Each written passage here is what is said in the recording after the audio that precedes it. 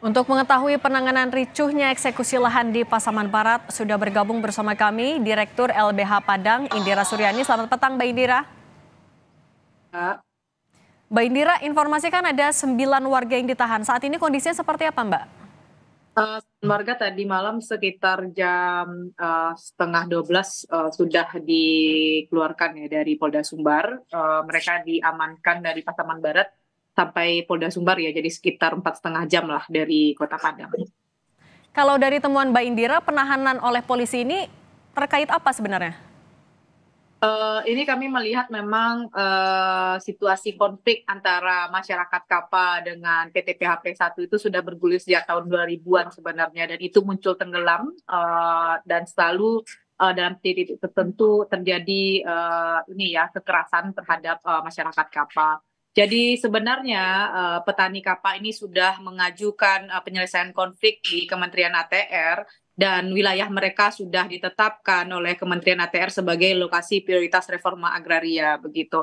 Dan harusnya polisi tidak turut campur dalam konflik ini, karena kepolisian salah satu tupoksinya di dalam Perpres 62 tahun 2023 adalah mengurai konflik dan resolusi konflik, bukan menambah konflik begitu. Tapi kalau sudah berlangsung dari tahun 2000 ya, itu sebenarnya sudah ada mediasi kah antara polisi maupun juga dengan warga, juga dengan perusahaan sawitnya itu sendiri?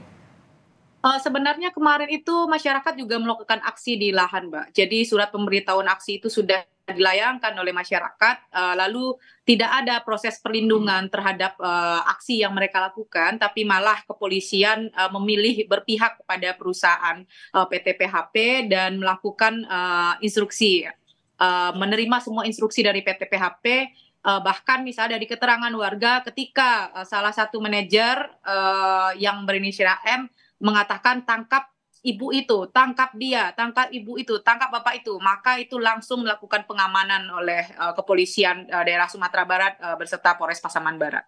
Oke, kalau untuk 9 warga yang sudah dibebaskan ini, tapi kondisinya seperti apa sekarang, Mbak Dira? Iya, kemarin mereka menerima kekerasan ketika pengamanan itu, baju mereka robek-robek dan ada luka juga yang berdarah di bibir karena dipukul begitu, dan bahkan ada yang bagian punggungnya memerah, dan juga ada luka-luka lecet, dan mereka semua kemarin dalam kondisi tidak baik ya. Tetapi di situasi saat ini siapapun yang kemudian menghalangi ya melakukan aksi dan kemudian mengatakan bahwa jangan rampas tanah kami, begitu ada situasi seperti itu maka polisi langsung mengamankan tanpa mendengarkan apapun pembicaraannya. Oke, baik. Mbak Indira Suryani, Direktur LBH Padang, terima kasih sudah berbagi di Kompas Petang. Sehat selalu, Mbak Dira.